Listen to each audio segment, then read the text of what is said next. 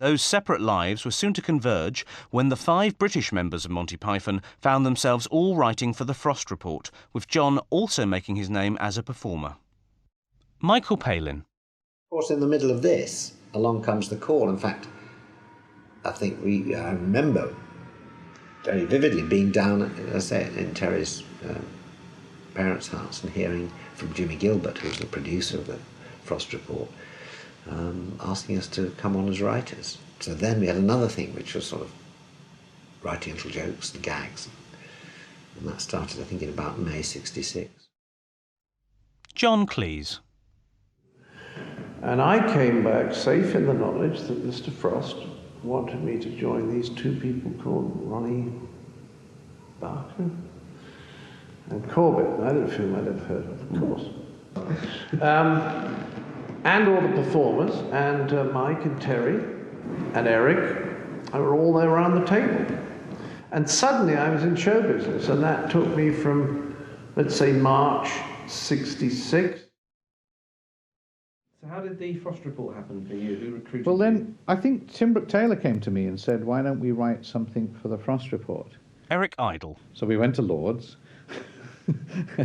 We sit at Lord's trying to write material. And you could either write sketches, which is kind of harder to get in, or you could write what Frost called CDM, which is continually developing monologue, which I think John and Graham called Odgeril, old jokes and ridiculously irrelevant links, which is very funny. Michael Palin. But generally speaking, one-liners for David Frost were very much appreciated. That's what was needed.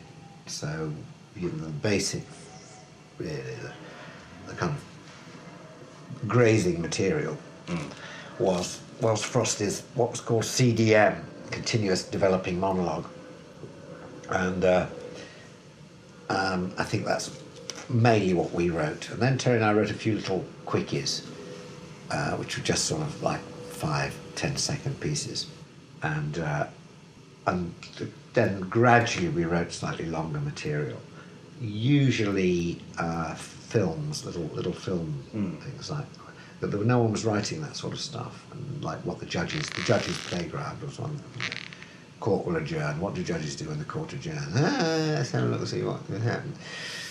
And the judges go out, and then at the background there's sort of playground, and they all go in swings and woo down the slides and all that sort of stuff.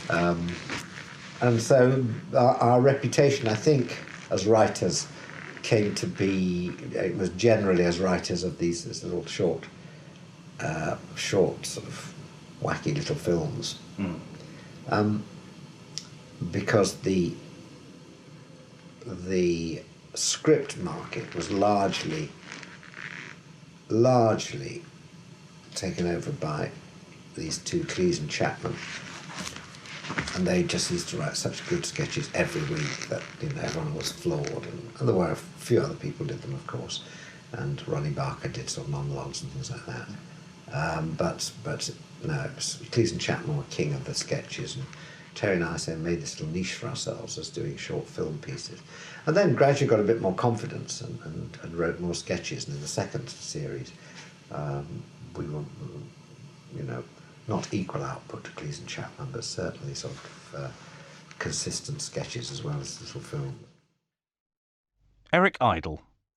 And then pretty early on we won, I think, the Montreux Golden Rose. And one of my jokes was on it. I remember that. On the clip. It was on the BBC News. Because it was a karate joke about this guy, and he chops it and his hand drops off. Hits the blade, and it's like, he's there going, oh. And I thought, I got a joke on the news. On the news. I know, how brilliant was that? So I'm 23, it's really good. Yeah. And then we met Marty Feldman, who was only a writer.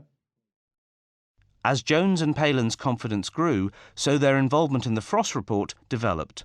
Jimmy Gilbert, the director of the show, was always keen to take their advice and respect their ideas. Terry Jones. I think it was also interesting seeing ideas done well and not done well.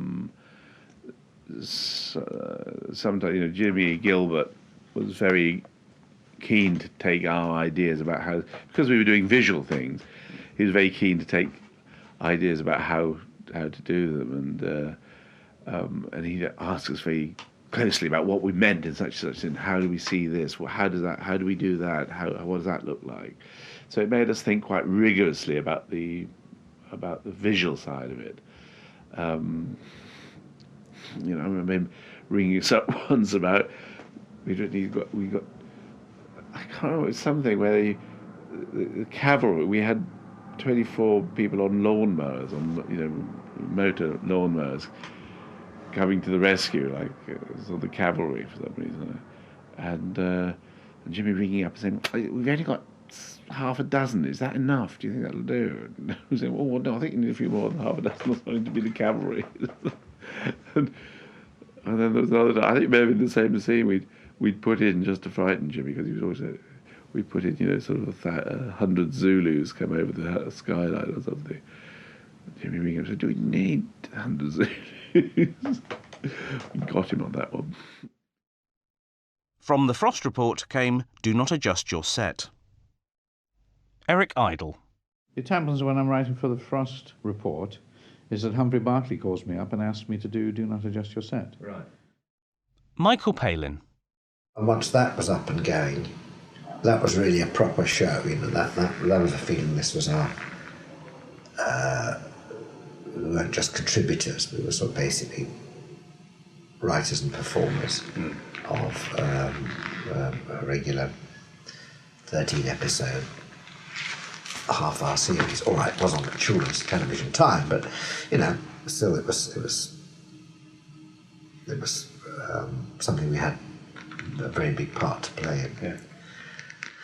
And so then I think the confidence grew, and we were writing stuff for David Frost. We were also writing things for I don't know, sort of odd other acts. I remember writing stuff for Ken Dodd and all that, and Marty Feldman was thinking of doing his own show.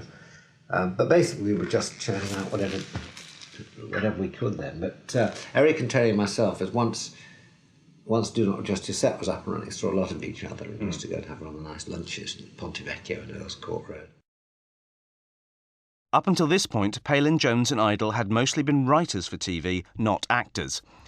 Do Not Adjust Your Set was a chance for them to return to the craft they had learned in university reviews, performing the material they had written.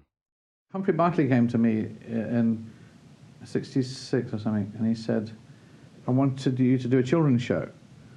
And he said, "I've got the Bonzo Dog Band." And I said, "I want some people, I want to write a performer. I want you to be a writer and performer." Second time in my life, he changed my life in comedy. Thank you, Humphrey. And I said, "Well, okay, but I want Mike and Terry. I must have Mike and Terry." So I got to pick them. And then they came, and then we three of us wrote Do Not Adjust Your Set. And I would write sketches on my own, they'd write together, but they'd also write apart, separately. Performing was very much a part of the equation, as far as I was concerned. Michael Palin. I wasn't really interested in just being a writer. And I was writing sort of material which I felt often only I could sort of bring to life, to be honest. And I think Terry probably felt the same as well. And Eric too. And so when you would be at script meetings, we'd perform our material. Other people would read their material, we'd perform ours. I don't know, just add a certain extra element. Oh, God, yes, here we go. And that became a very, very important part of the Python process eventually. The key thing really was that Do Not Adjust Your Set from 67 onwards really had established Terry Jones and myself and Eric as writer-performers. So people had seen what we could do.